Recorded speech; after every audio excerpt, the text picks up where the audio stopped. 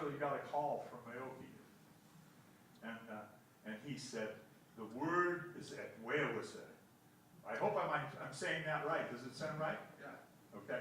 And it means return from a difficult journey. Wow. So, okay? What was that word? At Wewasa. Wewasa?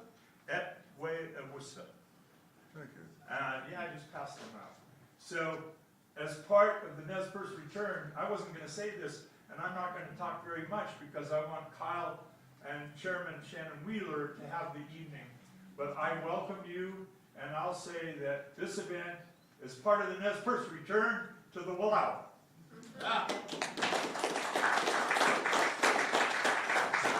Kyle Smith, American Rivers. Great. Well, thanks to Rich for hosting, and thanks to Jim and Holly Aikenson for putting me in touch with Rich. And then thank you so much. Such an honor and privilege to have Chair Wheeler here.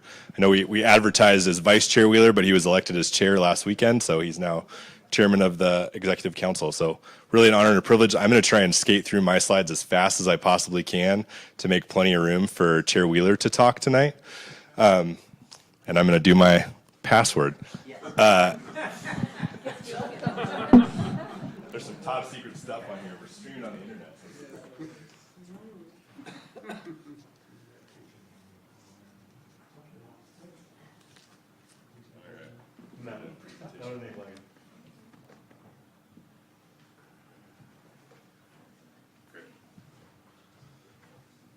Wonderful. So again, Kyle Smith. I'm the Snake River Director for American Rivers. I've been in the job for 8 short months. So if I make ghastly errors tonight, I'm going to blame it on my tenure. I grew up in Eastern Washington, grew up in Spokane. My stepdad grew up, hunting the banks of Ice Harbor Pool in Kennewick, and I went to Washington State University. So when this job came available, this is the first time American Rivers has had a full-time dedicated staff on the Snake River restoration issue. I couldn't pass it up. So it's an honor and privilege to get to focus on lower Snake River issues for my full-time job. And just a little bit about American Rivers. We're a national 501c3 nonprofit based in Washington, D.C., celebrating our 50th anniversary this year. We have staff across the country focused on floodplain restoration. We remove a lot of smaller dams. These are definitely the biggest dams that we're working on, although we do have staff working on Klamath Dam removal as well. And then habitat restoration and all things rivers, from the wildest river in a wilderness area to an urban river that's a drinking water source for folks in communities across the country. So all kinds of rivers are our bailiwick, and I just get the exceptional privilege of working on the best river that we have in our portfolio. So I don't think I need to say this too much, but a little bit about the Snake Basin. Over 5,500 miles of pristine, high-quality habitat. It really is the beating heart of salmon country in the lower 48 states. I'm going to skip down to the last bullet first and say by 2080, the basin's forecast to contain 65% of the cold water fish habitat in the lower 48. Because it's high elevation, these fish travel 800, 900 miles to get here. It's the highest elevation salmon population in the country.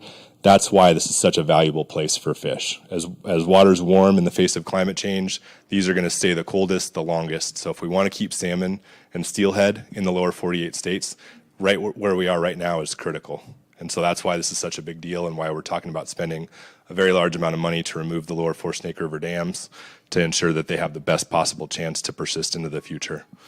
Then that's really illustrated by, in 2015, 96% of the sockeye run that was headed back to Redfish Lake perished because of low flows and high temperatures. So just kind of a sneak peek of what's to come if we don't take pretty drastic action pretty quickly. What's the green? Sorry, that is the Snake Basin. I apologize. So this polygon is the Snake Basin. We're going to talk the next slide. These are the 4 Snake River dams here. We're right around in here on the Grand Ronde Valley. And then we've got the Clearwater and the salmon. So, the best place for salmon in the world. So again, the red circle encapsulates the lower 4 Snake River dams. These are between the towns of Tri-Cities or Pasco, Washington, and Lewiston, Idaho. They were built as part of the Columbia Snake River system to create an inland port in the town of Lewiston to get wheat to market. Most of that wheat goes to overseas markets, so it's shipped out of Kalama or Portland. And the dam complex began in 1955 with the completion of Ice Harbor in 1961, which is the dam. Oh, laser myself here. What's the fifth dam up there on the right? So that one right there is Dvorak. So it cuts off the Clearwater. So, and there's no fish passage on Dvorak or on the Hells Canyon complex. There is fish passage on the lower four Snake River dams. So we've got Ice Harbor, Lower Monumental, Little Goose, and Lower Granite dams. These are run-of-the-river dams, so they don't store water behind them. They're fairly low-head dams compared to some higher-head dams like Grand Coulee. So there's no flood mitigation. You know, if we take them out, there's no risk of flooding in downstream communities. The primary purpose is to create that inland seaport, and they do generate some power, which we'll talk about in just a little bit. Now I got my up and my down backwards, so I don't know which way I'm going. I'm going just all the way through. Backing up, there we go. Okay, so as far as the fish populations in the Snake Basin, we've got summer steelhead, which in the Snake Basin are listed under the Endangered Species Act. Steelhead are threatened. Sockeye are endangered. Spring and summer Chinook are threatened. And then coho were extirpated, but thanks to the efforts of the Nez Perce tribe and others, those are on the way to recovery. Getting my up and my down backwards. So this is just a brief look, kind of a snapshot in time of what fish populations in the basin look like. The Columbia historically produced about 10 to 16 million fish. And the Snake Basin was responsible for about 40 to 50% of that.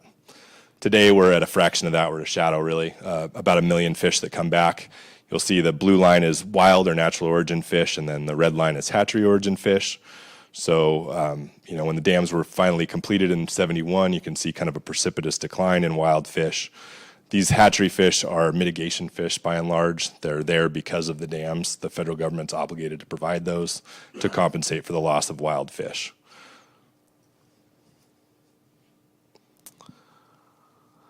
Talking a little bit about why the dams are looked at as one of the main limiting factors. You know, the ocean conditions vary from year to year, but the dams are the one thing that it's the biggest dial that we can turn. It's the one thing we have control over, and it really has they have a huge impact on fish survival.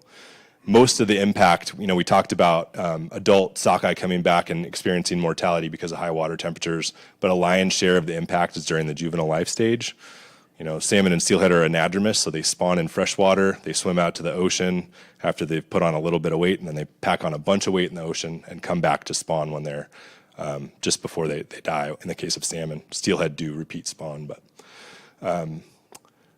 again, so the lion's share of the mortality happens juvenile fish going downstream. You can imagine a free-flowing river. Those fish are facing upstream, and they're getting flushed out to the ocean. So that's a pretty easy journey. You're letting the water do most of the work. We put 4 dams in their way, or 8 dams in their way, including the lower Columbia. And instead of getting flushed out, they have to turn around and swim downstream. So they expend a lot more energy. The trip takes, instead of maybe a week, now it takes 2 months. So during that 2-month period, they're exposed to much higher levels of predation because they're swimming through slack water. So birds and walleye and bass and all the things that want to eat tasty little juvenile salmon. So a lot of mortality occurs in that juvenile life stage. And overall, through the Columbia snake system, 50% of those juvenile fish die between Lower Monumental and Bonneville Dam. Or Lower Granite and Bonneville Dam, apologize. So this is where it gets super wonky. I know we've got a lot of fish biologists in the room that probably understand this a lot better than I do, but smolt to adult ratios are really the thing that is the closest we can get to an apples-to-apples comparison of what the dam's impact are on juvenile fish and on return rates. So a smolt to adult ratio, you can think of it like takes 2 fish to spawn. A 2% smolt to adult ratio means 2 adult fish are coming back to replace those 2 adults.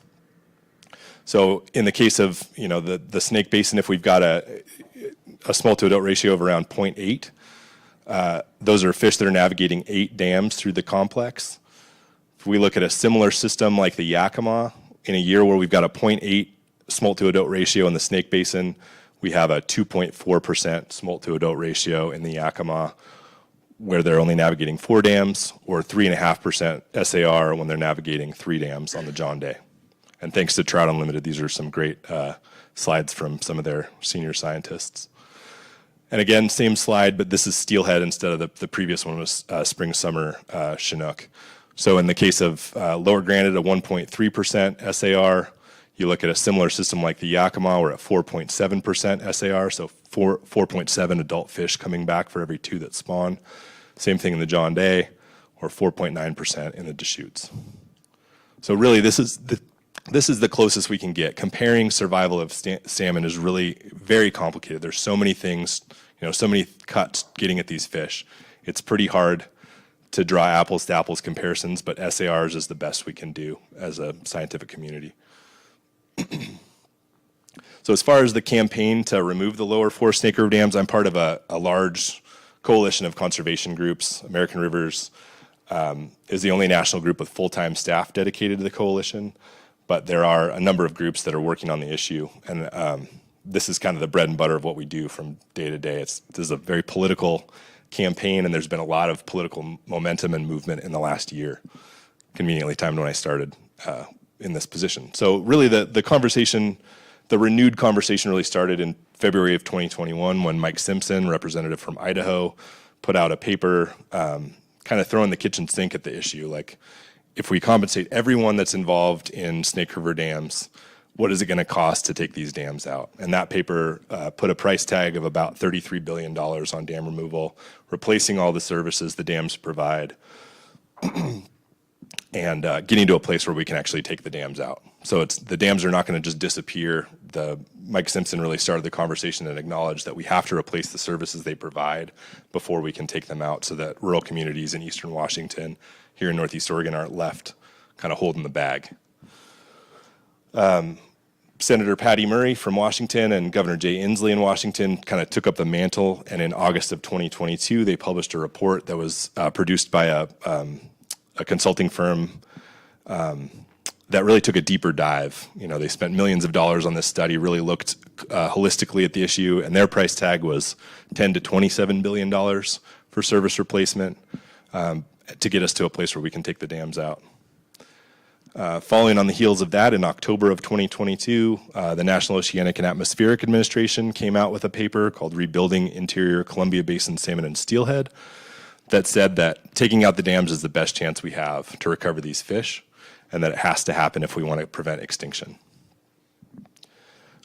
President Biden, back in March, just a couple months ago, came out and publicly acknowledged that he supports Senator Murray, Governor Inslee, Senators Cantwell, and Representative Simpson in their efforts to restore Snake Basin salmon and steelhead, and that he's committed to supporting tribal interests, which I'm sure we'll hear more about from Chair Wheeler in just a few minutes. And then most recently, April 2023, and then again happening on May 25th, the Council on Environmental Quality has hosted a number of listening sessions where members of the public that aren't involved in ongoing litigation on the snake are invited to provide comment about what they think about Snake River dam removal. And I'll talk more about that in my last slide about how you can get involved if that's of interest. So here, this is a very text-heavy slide, and I'm not going to read all these, but you can see President Biden, Governor Inslee, Senator Murray, and Mike Simpson have all made very supportive comments in the last year about the importance of Snake Basin salmon and steelhead and the urgency with which we need to act if we want to save them. So, and I would say, for a long time, the conservation community has focused on salmon and orcas, and I think, we owe a great debt to that effort because it's gotten us to where we are, in addition to, obviously, I think the tribes have done an incredible amount of work to get us here as well. I would say for the conservation community, the Murray-Inslee report really pivoted our focus from salmon and steelhead and orca extinction to really focusing on kind of rolling up our sleeves and figuring out how we're going to replace the services the dams provide so that we can take them out. The report itself detailed kind of that is possible with significant investments and drastic actions. We can replace the services the dams provide. It also said the status quo that we're doing right now, heading towards extinction is not an option. That saving salmon and other iconic species in the Columbia Basin is an imperative.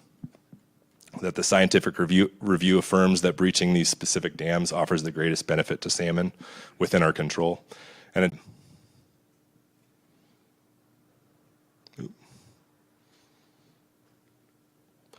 So another kind of monumental occurrence, just last month, the Washington State Legislature, at the recommendation of Governor Jay Inslee, passed $7.5 million in their budget to make plans to replace the services. So $5 million to replace transportation, $2 million to replace energy services provided by the dams, and $500,000 to look at irrigation and how we can replace the irrigation facilities that are provided by the dams.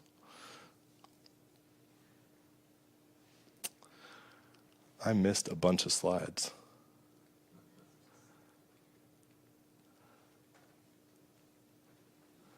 So something happened. I got all of them, but somehow there's about 10 slides that are missing from my presentation. And what I was going to do in that was review the services the dams do provide, and I can just do that off the cuff. So transportation, again, we talked about providing transportation mostly for wheat leaving the Palouse region and heading out to ocean ports in Kalama and Portland. There is a railroad that runs along the Snake Basin that would need some significant infrastructure improvements to make it able to support the wheat that's currently being barged downriver. And then upstream, fertilizer and fuel are the major products that are heading upstream. I would say that barge transport on the Snake has been declining for the last 20 years or so. So these are industries that are kind of looking at their viability, and I think there's a lot of opportunity to just, through investments, make a transportation system for the Palouse and for the inland Northwest that'll benefit the region as a whole and carry us into the next century, rather than relying on dams that are kind of coming up towards replacement. A lot of investment needed to upkeep and maintain them.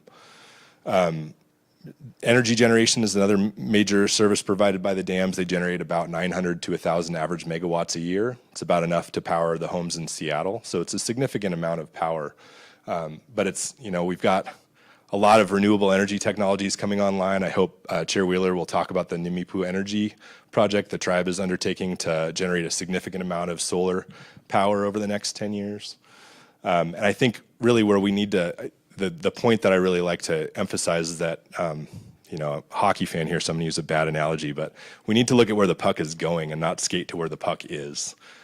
Technology moves very quickly, and we've got a lot of renewable technologies, battery storage, pump storage, other technologies that are in development that if we wait until they're mature, it's going to be too late to save salmon. So we really need to work towards those technologies now if we want to have a chance at saving these fish. And then the last one is irrigation. There's about 47,000 acres of irrigated land in the Snake Basin, and it's all in the lower of farms. It's mostly large landowners like the Church of Latter-day Saints that own a lot of the land there. Replacing their irrigation facilities is entirely feasible. It would mean moving their pumps about 100 feet downriver as the water level drops in the canyon, installing larger pumps, and drilling some wells deeper. And those kind of investments would need to be facilitated by the federal government and funded by the federal government so that those landowners aren't left holding the bag. So I think that's everything I had to cover. The one thing I wanted to end on is, if this is an issue that is of interest to you, the way that you can be helpful. Here. So I've got some email lists up here, and my business cards are attached. I'll pass those around the room. If you'd like to provide your email address, I'll follow up with an email for ways that you can participate in the CEQ listening session that's happening on May 25th. Having folks turn out and affiliate with dam breaching as their preferred option is really helpful. There are some high-level administration officials that are participating in those calls, and they do pay attention to who's on the call. There's also an open written comment period if you really want to roll up your sleeves and write a comment letter. There's an open request for information through the Federal Register that'll close on July 3rd. And American Rivers is prepared to help develop those comments if that's something you're interested in doing.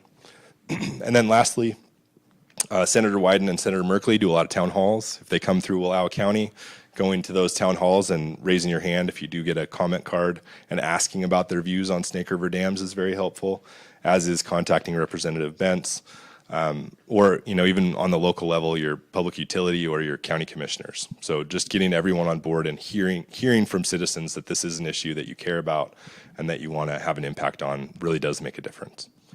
And so that's my very concatenated version. I'm so honored to hand it over to Chair Wheeler. And I think we'll take questions maybe at the end of the presentation.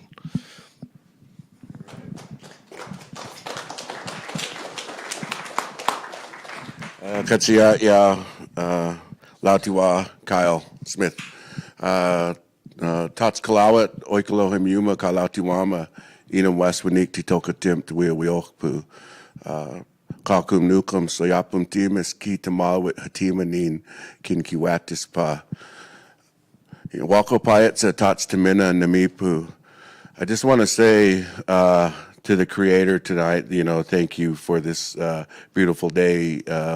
Katsiya ya Nunyam Haniwat, Kia Ta'awatis Walmuks, where we're at and the sacred land here, and thank the Creator for a beautiful day. So Yakats Ki Lahin Haniwat. And also thank and wish each and every one of you a wonderful evening. And that's Tots Kalawit, Oikalo Himyuma Kalautiwama, and that's friends and relatives that are here this evening. And it's always good to open up with a little bit of our culture, our language, to kick things off. And I appreciate Kyle and everyone that has put this together, and a good listening session for each and every one of you. And we hope that we can share with you information that really sets a position of the Nez Perce tribe. And I always wonder, well, where do you start with conversations like this? So one question, I guess, if we could put it back to the basin, the Columbia Basin there, is a good place to start. But of course, our story starts from the creation. So what I'm going to talk about is our obligation to the salmon. And in our creation, the animal people were here before us, before Natitawit, before the human beings, all of us. And when they knew we were coming, they had a meeting, and they knew that we would be weak and feeble. We didn't have cars then, we didn't have guns then, we didn't have houses then. We just had what you're born into this world with. And in nature, that's kind of weak if you haven't put yourself together yet. And so they offered themselves to us, and the Creator called them forward, and they were being accounted for. And the first one to step forward to give himself to us was Natzoch, the salmon. And when he gave himself to us, he said, I will give myself to them so that they can nourish their bodies, so that they can survive, so that they can live. And I will lose my voice. All the animals would lose their voice at that time. And they said, at this time, you will have to be our voice. And so that's an oral story that's been told for thousands of years. Cooper's Ferry is the oldest archaeological site in North America. It's dated back 16,500 years. And that's a Nez Perce site, a Nez Perce village. And our creation story is in Kamiah, Idaho. So this story being told for that long, wondering, what does that actually mean? What does that actually mean when you're speaking for an animal? You're their voice. Does that mean that you're praying for their return? You're praying for their health? And for me, I sweat. I go to the sweat lodge. I go hunting. And when I'm in the sweat lodge, I pray. I pray for the animal that I'm going to meet. One of these days, I'm going to meet an elk or a moose or a deer, and it's going to change. They're going to give themselves to the Natitawit, to the human beings, for us to be able to nourish ourselves. And when we do that, that's what we pray for. We pray for that voice for them, and that connection and that interaction of once we interact with them, once our paths meet. And this is the same for the salmon. And so as we do that, and you would never think that, well, when you become the voice of, then it's not only meaning that you're to where the salmon are going extinct. And the urgency of that is exactly that, urgency, because they are going extinct because of Natitawit, the human beings. and the activities that we do on the Columbia Basin in this area. And this is, you can call it the Columbia Basin. I call it the Great Salmon Basin. All of this was salmon country. And now it's productive country. It's a lot of agriculture land. It's a lot of business that goes in there. A lot of power is being generated, and it's working, but it's not working for the salmon. So a lot of this, as I say, when we're the voice for the salmon, that's what we have to consider. What's happening since the inception of the first dam that was put in, and the effects of what we as human beings have caused to salmon. And so when we think about that, our creation story, then we also think about our relationship between the United States and the Nez Perce people. The Nez Perce people greeted Lewis and Clark, saved Lewis and Clark, saved the expedition, and saved that westward movement, the Corps of Discovery out here. We fed them salmon, gave them canoes, gave them horses, gave them the opportunities, gave them some scouts to get through and to get back. And so that relationship of friendship was happening then. The Nez Perce had their hand out in friendship then, and just as we do today. And so that friendship, of course, was then ratified or negotiated in 1855, a treaty formalized and then placed into a treaty ratified in 1859, and then placed inside the Constitution of the United States under Article 6, Clause 2, the Supremacy Clause, where that currently sits. But within that treaty, Article 3, the right to hunt and fish at all usual and accustomed places and gather, is that obligation that we have to the salmon to be the voice.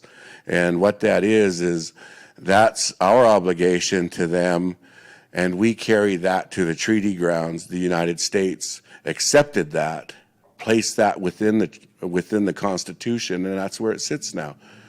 That obligation, that ancient covenant, now sits there. And since it sits there, now the United States has an obligation to ensure that the salmon do not go extinct. And of course, you've heard Kyle talk about ESA. That's a total another area that we'll be able to talk about.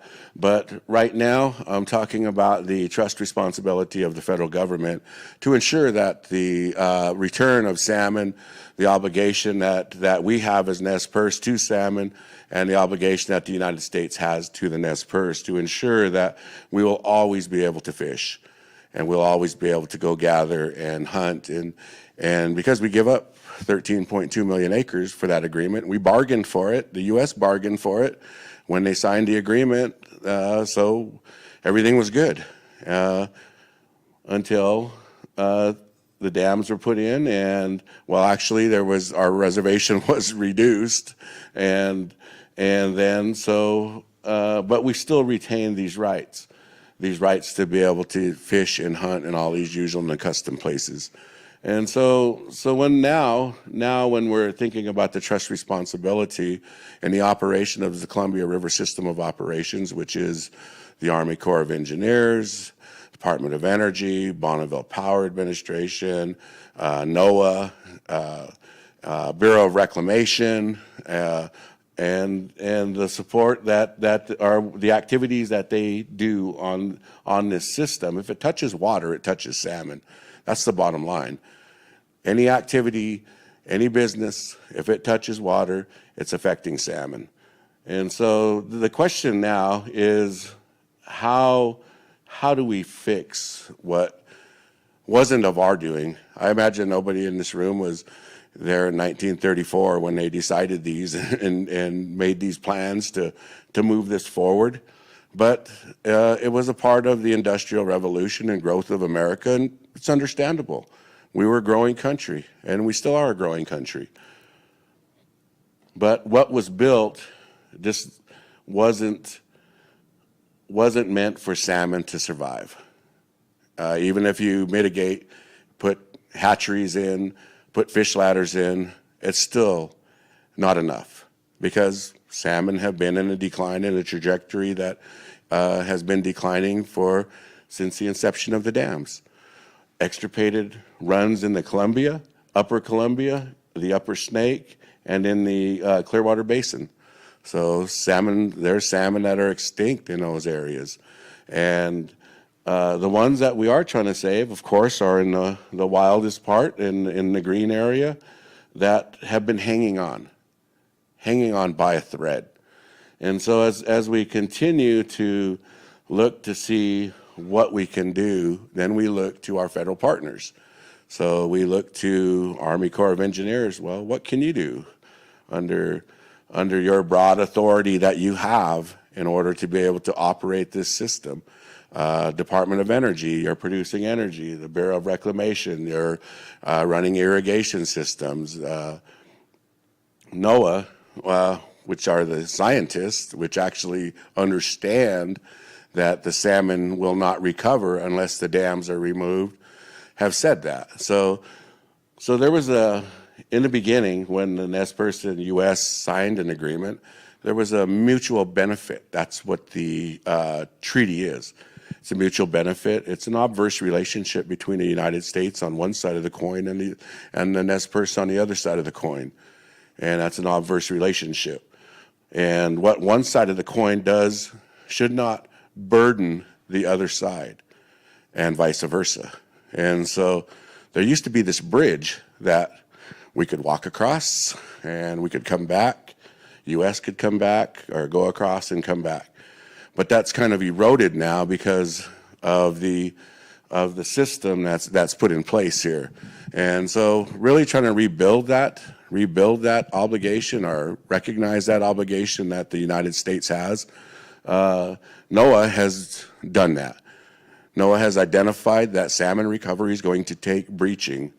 And so the whole Columbia River system of operations, the Army Corps of Engineers, DOE, BPA, Bureau of Rec, need to step up and to take action on what's going to happen. So as you've seen the slide of Congressman Simpson, Senator Murray, Governor Inslee, President Biden, in the work that they're doing, trust obligation that the United States has to the tribe, with the tribe, this mutual benefit bridge that we have that's called treaty, putting that back together. And so we're glad that they understand that. We're glad that they understand that what this system is doing is burdening us and our ability to interact with the water, with the fish.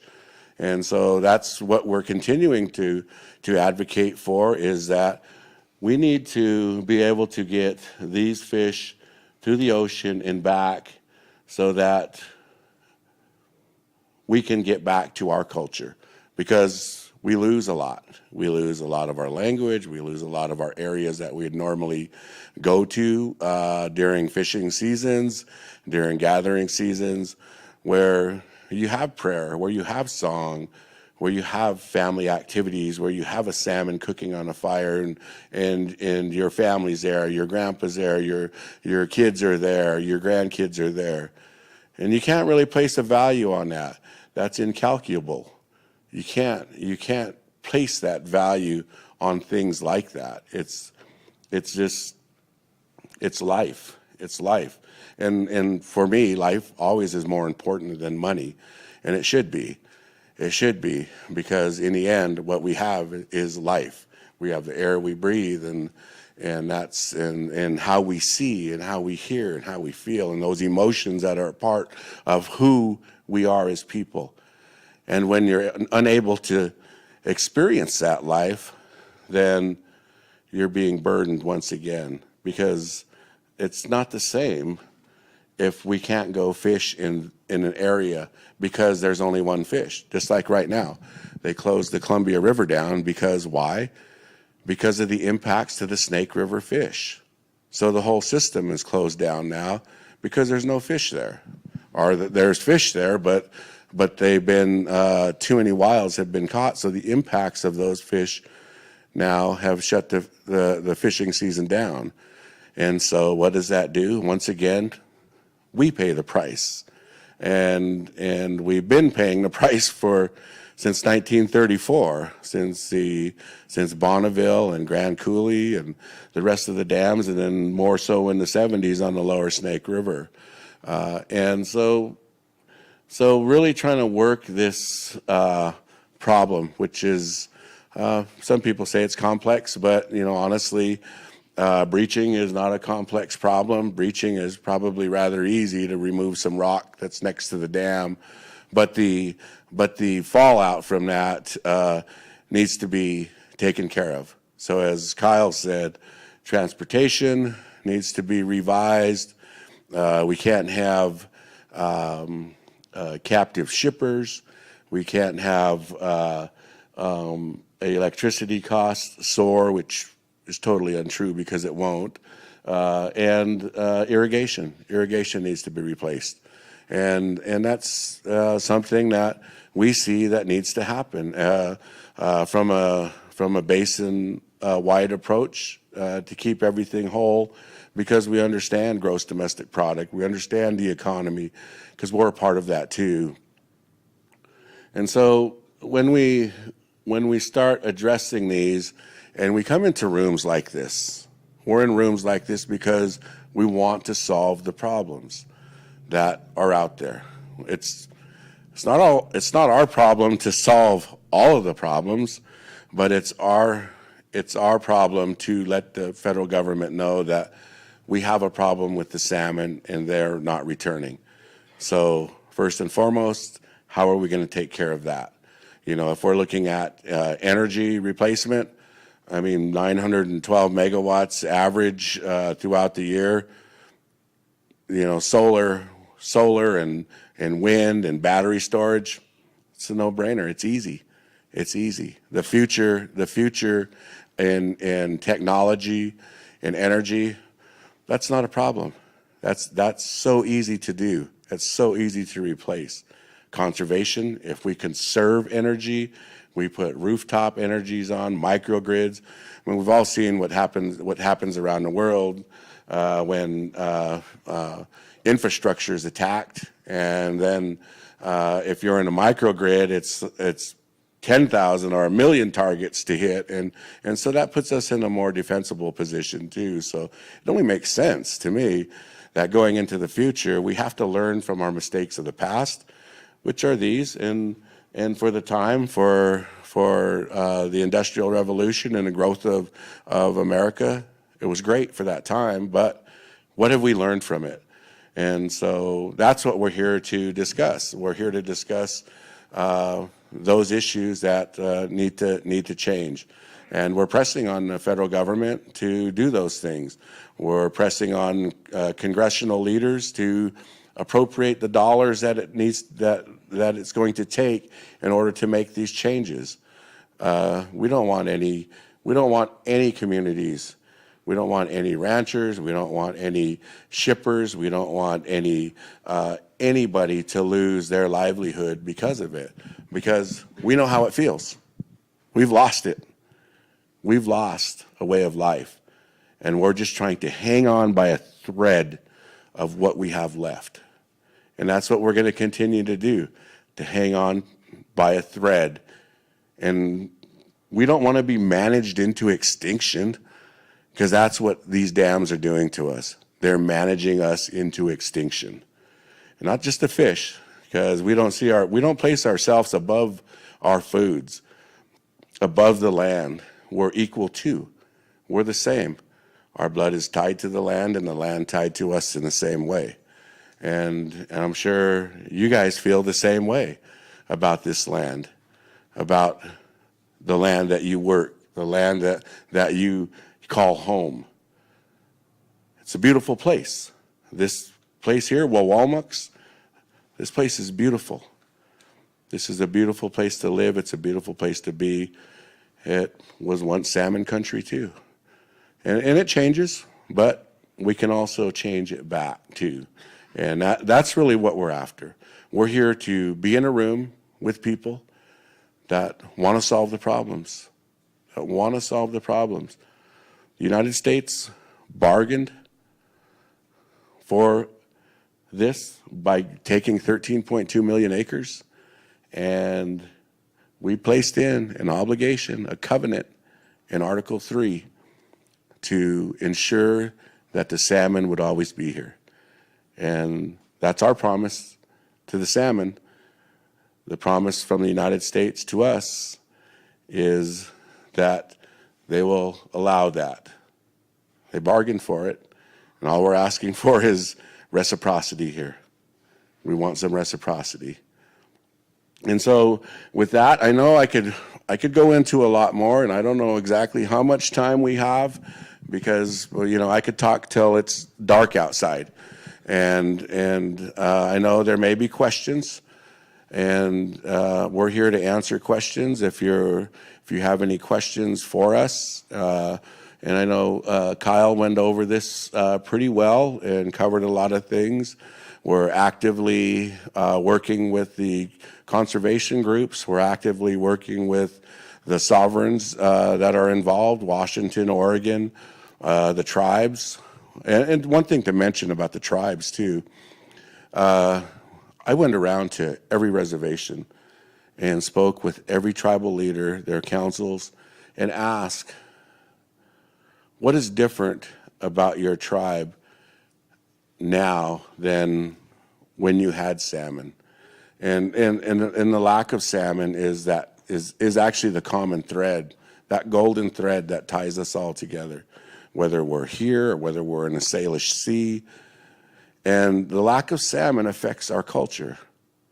It affects us health-wise, it affects us spiritually, culturally, economically.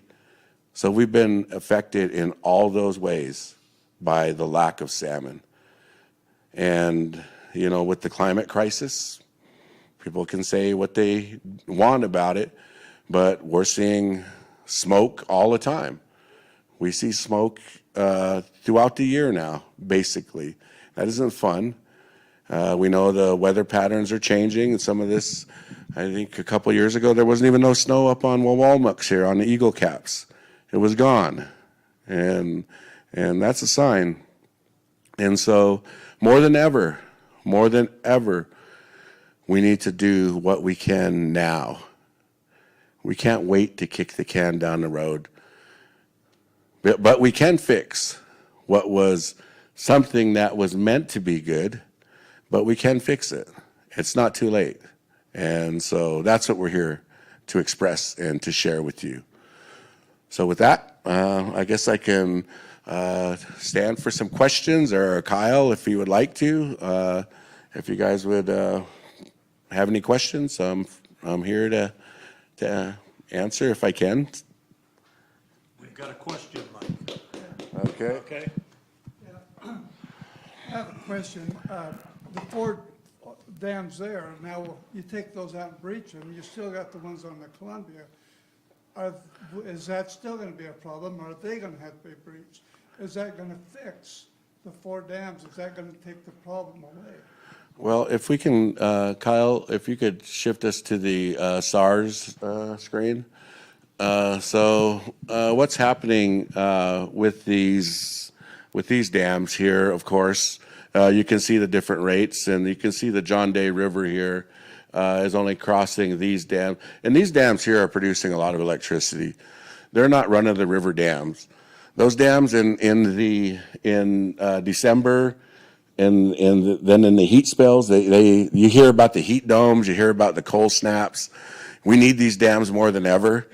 Well, those dams are only capable of producing 300 plus megawatts of power, 312 megawatts of power at certain times of the year. For the system, yeah. That's the only amount of water that's going through there. And so the Columbia, the main stem Columbia dams, they're a lot more valuable when it comes to electricity for the Pacific Northwest. And you know, these dams when they were put in, they were placed in for the Pacific Northwest to maintain and to have reliable, affordable electricity.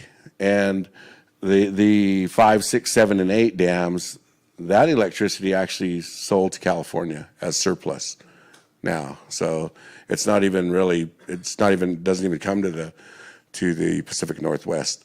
So no, the 1, 2, 3, and 4 dams would not need to come out.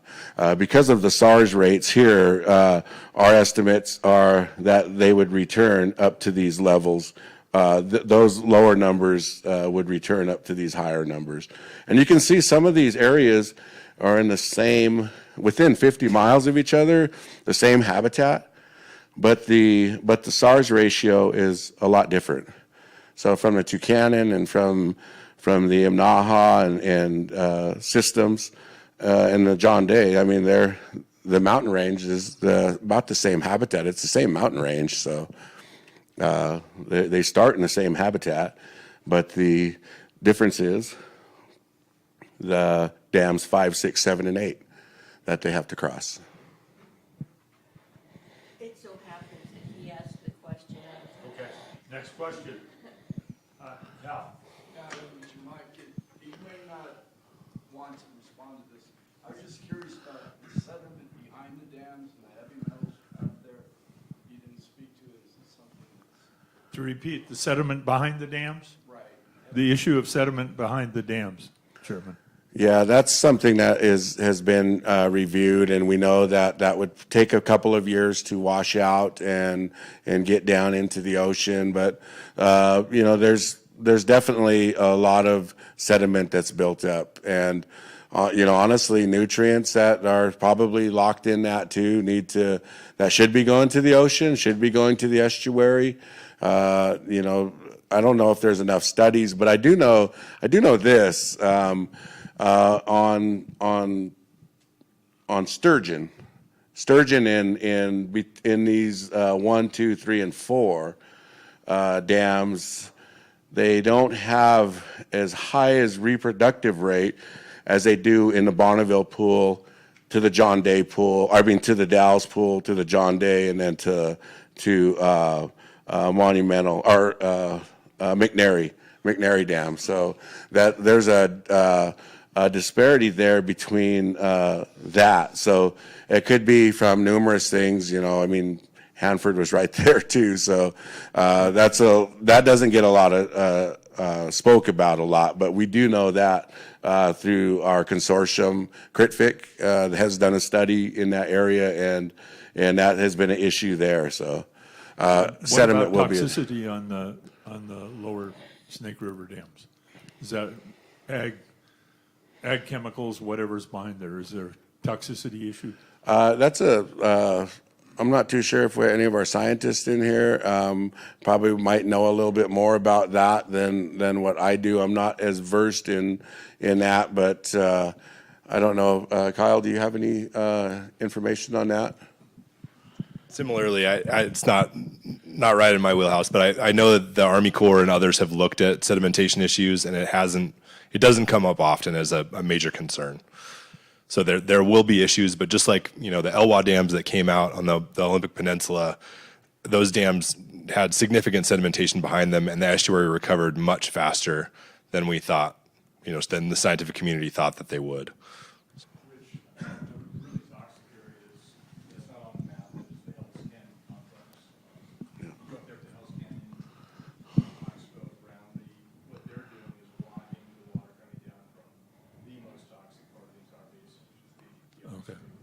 Did everybody hear that? I could repeat that. Yeah. So behind the Hells Canyon Dam, which is we'll find it here. There's a methyl mercury issue. So the mercury goes from the just naturally from the atmosphere, and also from cement plants and what has happened in the upper Snake River Basin. There's been a lot of mercury released in that. And so since that water's a lot warmer and it gets trapped, and when the water gets really warm, the mercury methylizes down in the bottom, and then it'll get in the tissue of the resident fish. So when that happens, I mean, we don't eat any resident fish out of the Snake River right now. because of the toxicity levels that are in the resident fish. And that's all behind the Hells Canyon complex. So there's a lot of agriculture in southern Idaho. And so that's something I know that Congressman Simpson was looking at, working on, was with the agriculture community down there to try to clean up a lot of that activity that was down there. But that's just a lot larger problem going into the future. And so the areas, of course, that we're talking about would be in the Salmon River area, of course, here in Naha and in Lostine and Looking Glass. And so anything behind Hells Canyon, though, is really serious, a real serious issue.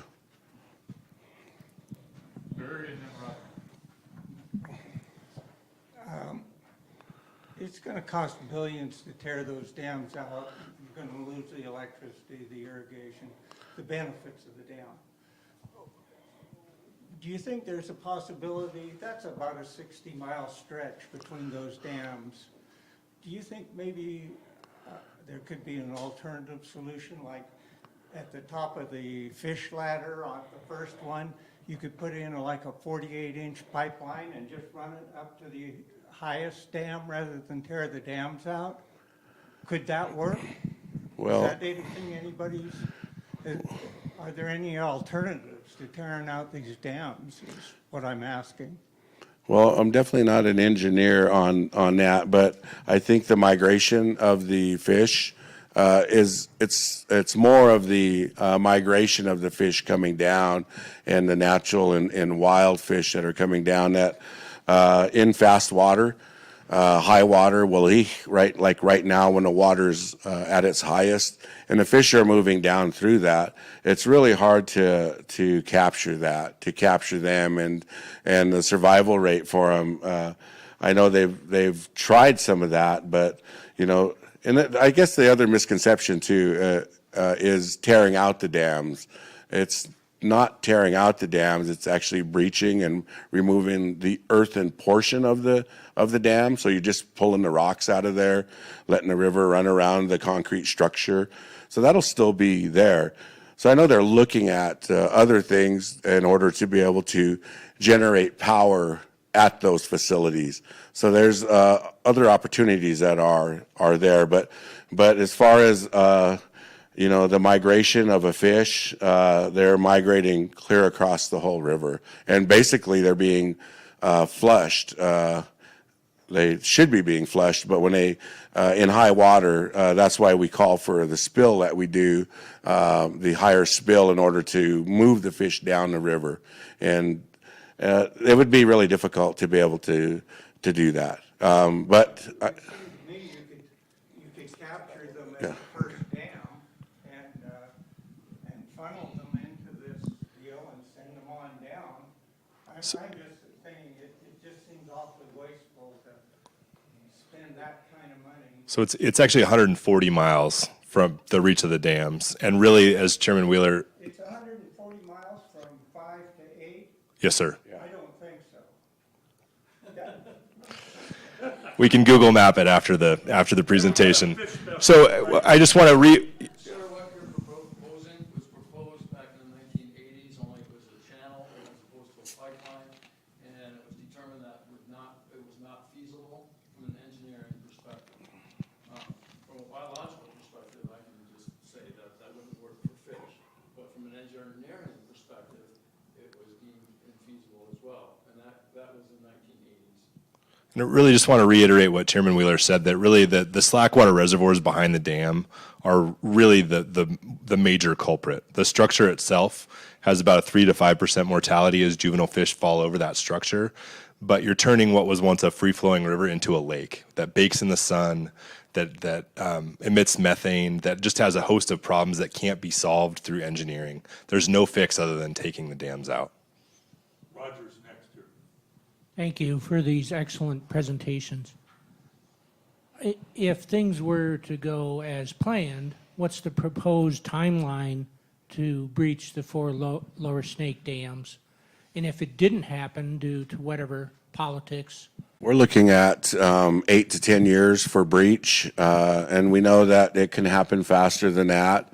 But, you know, of course, the tribe just received a Harvard Award for the quasi-extinction threshold study that they did. And if you're not familiar with that, that's a term that's utilized by NOAA for returning native spawners that go to a tributary for 4 consecutive years, and they're under 50. And so I believe 44% of the tributaries in the Snake River were at that threshold. And so those numbers and that trajectory, even going into the future, back into this year, because last year they went up a little bit, but this year they're looking at that same number again, and that number increasing over all the different tributaries that we monitor, and we monitor every one of the tributaries. And so that trajectory with that number at 44% is just like I mentioned before. I mean, we're managing to extinction, and really that's the bottom line, is that we are being managed to extinction.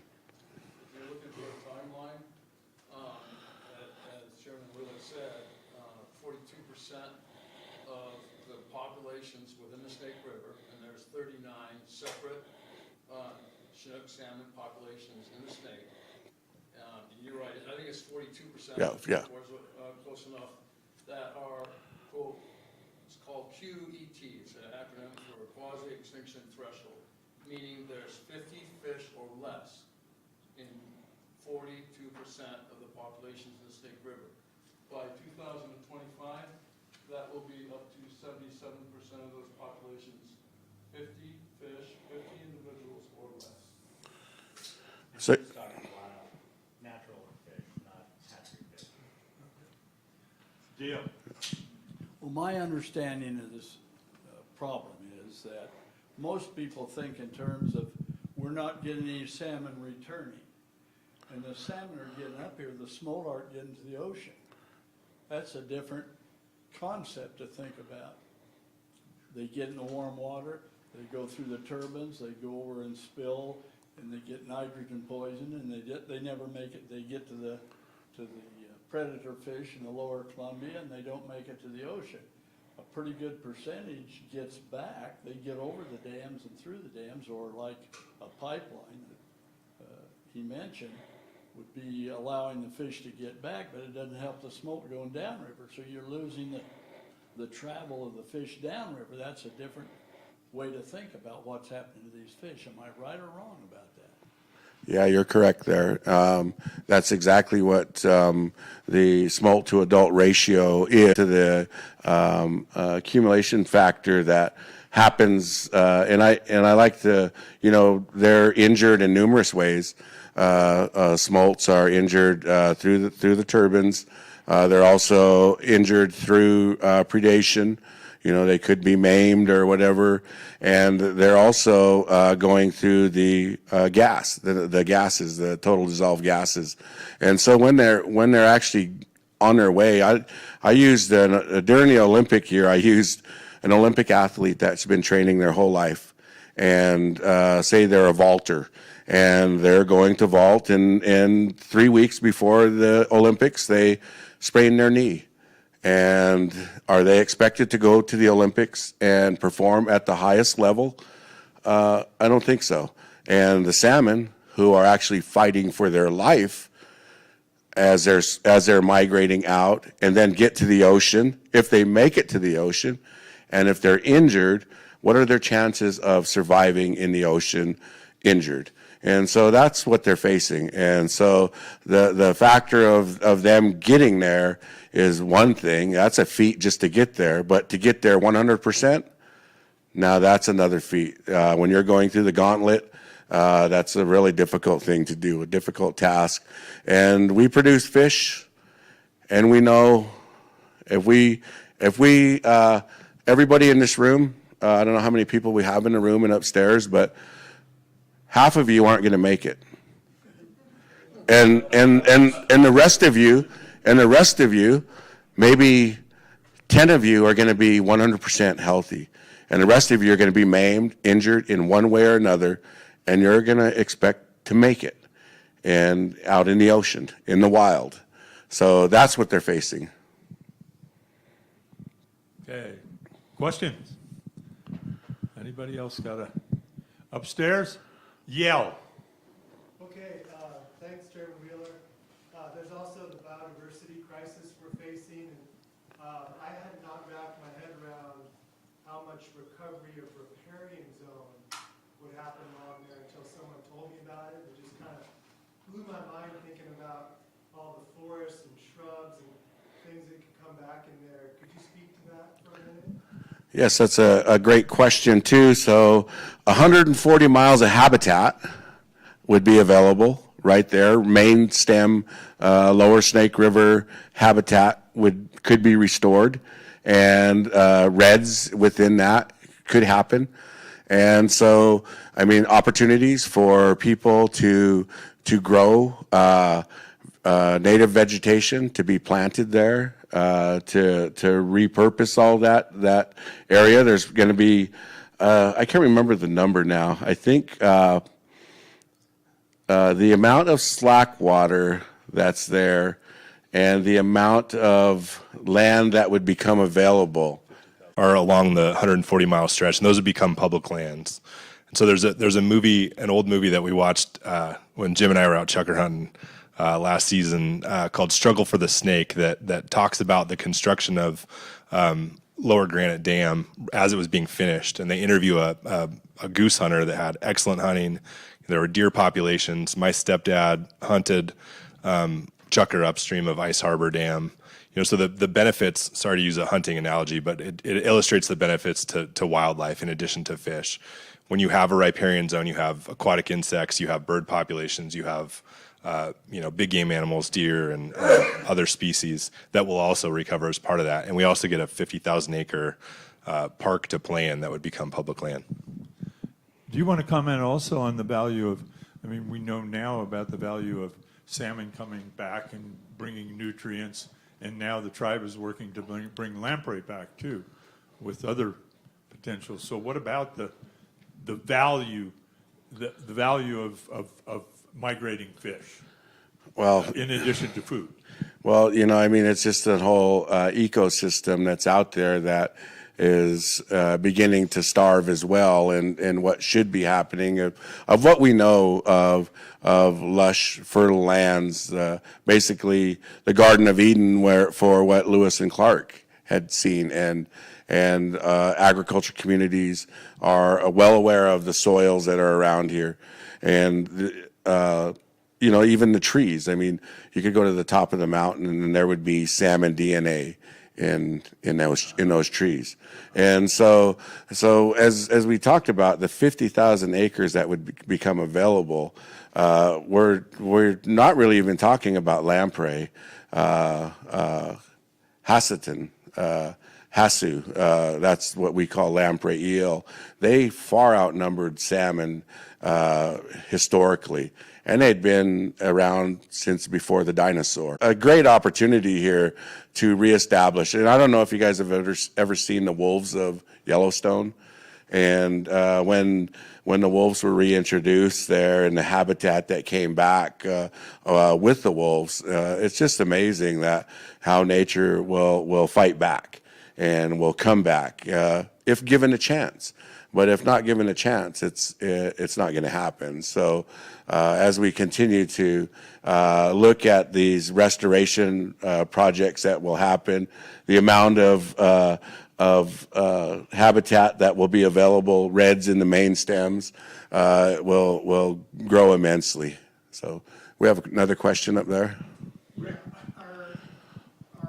wheat farmers and others whose way of life are going to be affected by the breaching of the dams, are they sitting at the table, or does there seem to be a lot of intractable resistance? How does it look from the other side? Well, that's a great question, because a lot of times you want to put yourself in the other person's shoes, right? And we would like people to place themselves in our shoes and where we're at. But we've had we've had conversations with Pacific Northwest Grain Association, Bill Flory, Sam White, the guys up on the Palouse, and really looking and asking, what do you need? What are you going to need? Well, honestly, what we've heard from the Grain Association is we don't really care how we get our grain to market, as long as our grain gets to market and it doesn't cost us any more, and it doesn't, by that, also profit. It doesn't eat into our profits. As long as we can do that, then we're okay. We're okay with that. We know, and the conversations that we've had with, like Bill Flory, I'm not too sure if you guys know who he is. I believe he's the president of Pacific Northwest Grain Association, and Sam White is the executive director of Pacific Northwest Grain Association. We've been on a couple of flights up on the Palouse looking at the areas of concern that where they ship to the Snake River and where they go north to McCoy and keep it on a train and ship it all the way to Portland that way. And so we talked about exactly this, and even talking with Dave Doringsfeld, the former executive director at the Port of Lewiston, he said, well, if these dams go away, we're going to have to move up by Genesee. And so I'd mentioned that to Sam White. I said, well, I was talking to Dave, and he said, what would happen? Well, we'd have to move up by Genesee. Well, Sam goes, well, we have 30 acres right there by the rail station and by all the grain bins that are there in the Genesee area. So I know through the rail study, the analysis, the cost to replace under the governor's budget, that's in the Governor Inslee's budget, will assess all of that and place a dollar amount to that. So I think that moving forward, everyone wants to be at the table, and it's coming together. Hard conversations happen, but that's the way you get things done. And the things that we can agree on, let's agree on right now. Things that we don't, then let's work on those. I mean, there's many different ways to solve problems.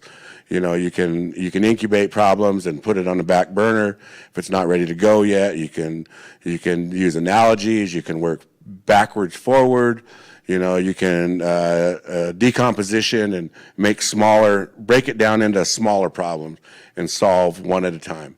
So whatever it is, however it is, putting all that together with the Grain Association, with the shippers, that's happening. Those conversations are happening. Tough conversations.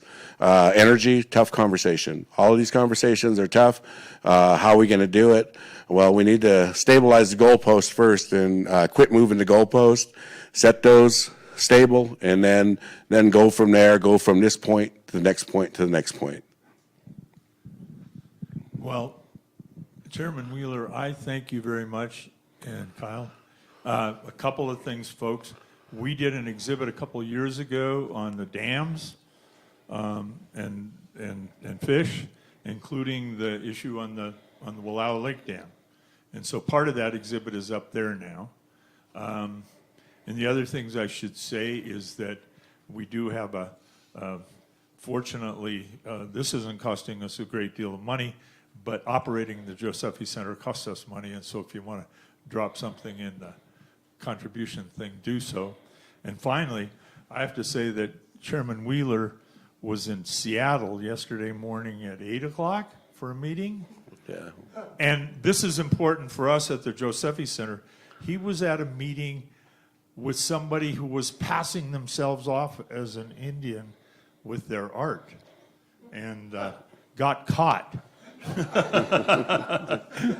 He got home last night at what, midnight? 1:30. 1:30. Made it to an 8 o'clock meeting today. Came over here, got a round of golf in. And he's going back tonight to make an 8 o'clock meeting tomorrow. Am I right? Yes, that's correct. Yeah. He's a busy guy. Anyway, I thank you all very much for coming, and thank you, Kyle, and thank you. Katsiaya, thank you. Excellent. Yeah. Excellent. If you do want to receive emails from American Rivers, feel free to leave your name and email address, and I'll be in touch.